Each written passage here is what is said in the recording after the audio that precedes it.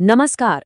आज हम एक ऐसे नेता के राजनीतिक सफर को समझने वाले हैं जो कह सकते हैं विवाद, अस्तित्व और सत्ता के सवालों से हमेशा घिरा रहा है। जी हाँ, ये कहानी है कवासी लखमा की। एक ऐसा नाम जो छत्तीसगढ़ की राजनीति में एक बहुत ही भयावह घटना से हमेशा के लिए जुड़ गया। तो चलिए सीधे उस सवाल पर आते हैं जो इस पूरी कहानी के केंद्र में है। एक ऐसा सवाल जो आज भी गूंजता है। सोचिए, एक इतना भीषण नक्सली हमला होता है, 30 से ज्यादा लोग मारे जाते हैं, बड़े बड़े नेता मारे जाते हैं, और उसी हमले में एक वरिष्ठ नेता को बख्श दिया जाता है। आखिर क्यों? यही वो एक सवाल था, वो रहस्य था जिसने छत्तीसगढ़ की पूरी सियासत में जैसे भूचाल ला दिया था। तो इसी रहस्य को समझने के लिए हमें कवासी लखमा की कहानी को जानना होगा। वही कवासी लखमा जो इस पूरी घटना के कह सकते हैं एपिसेंटर में थे। लेकिन उस घटना पर पहुंचने से पहले ये जानना तो जरूरी है ना कि आखिर कवासी लखमा हैं कौन, क्या है उनकी राजनीतिक पहचान। तो देखिए, कवासी लखमा जो हैं वो कोंटा से विधायक हैं। सिर्फ विधायक ही नहीं, छत्तीसगढ़ सरकार में कमर्शियल टैक्स और इंडस्ट्री जैसे काफी जरूरी मंत्रालय भी संभाल चुके हैं।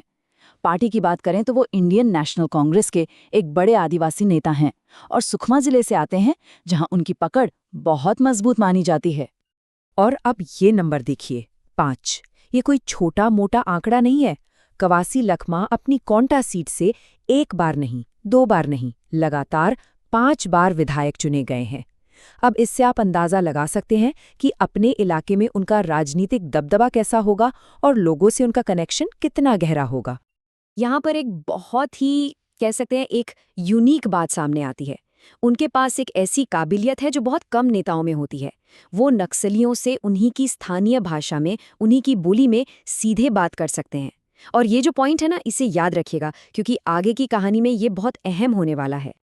तो चलिए अब आते हैं उस घटना पर, उस हमले पर जिसने कवासी लखमा की राजनीतिक जिंदगी को हमेशा हमेशा के लिए बदल कर रख दिया। हम बात कर रहे हैं दरभा घाटी हमले की। ये बात है साल 2013 की। कांग्रेस पार्टी की एक परिवर्तन यात्रा चल रही थी। नेताओं का एक बड़ा काफिला था जो एक बहुत ही सोची समझी साजिश, एक नक्सली हमले का शिकार हो गया।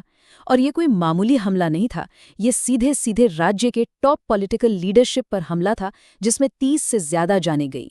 लेकिन इस पूरी तबाही और खून खराबे के बीच एक बहुत ही हैरान करने वाली बात हुई।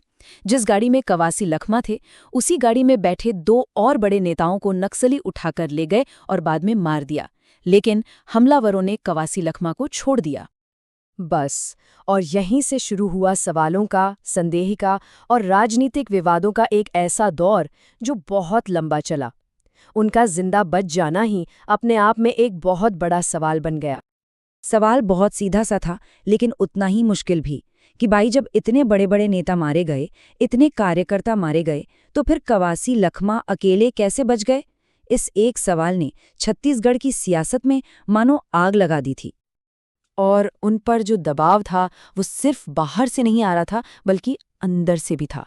मतलब एक तरफ तो उनकी अपनी ही पार्टी कांग्रेस के कुछ लोगों ने उनकी नीयत पर शक करना शुरू कर दिया, हमले में उनके रोल पर सवाल उठाने लगे। और दूसरी तरफ जो विपक्षी पार्टी थी, बीजेपी, उसने तो ये तक मांग कर डाली कि लखमा का नार्को टेस्ट होना चाहिए।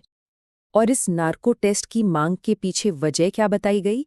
वजह ये थी कि नक्सलियों के साथ उनकी बातचीत और किसी भी संभावित साजिश का पर्दाफाश हो सके। मतलब आप सोचिए, शक किस लेवल पर पहुंच चुका था। तो सवाल ये उठता है कि क्या इतने बड़े विवादों के बाद उनका पॉलिटिकल करियर खत्म हो गया? चलिए देखते हैं, इस पूरे भूचाल के बाद उनकी राजनीतिक गाड़ी आगे कैसे बढ़ी। ये जो स्टेप्स हैं, ये उनकी कहानी को बहुत अच्छे से बताते हैं। देखिए, स्टेप 1, वो एक जानलेवा हमले में बच निकले।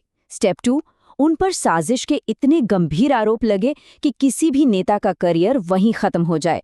लेकिन इसके बाद जो हुआ वो कमाल था।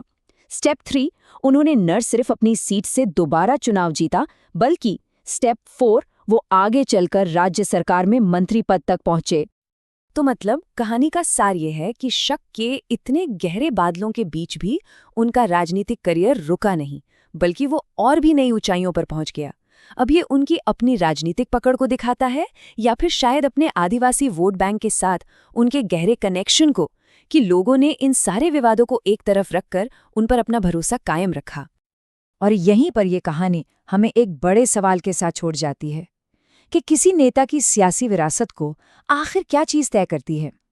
उसके साथ जुड़े विवाद या फिर उन तमाम विवादों से लड़कर, उभर कर दोबारा खड़े होने की उसकी जिद और काबिलियत?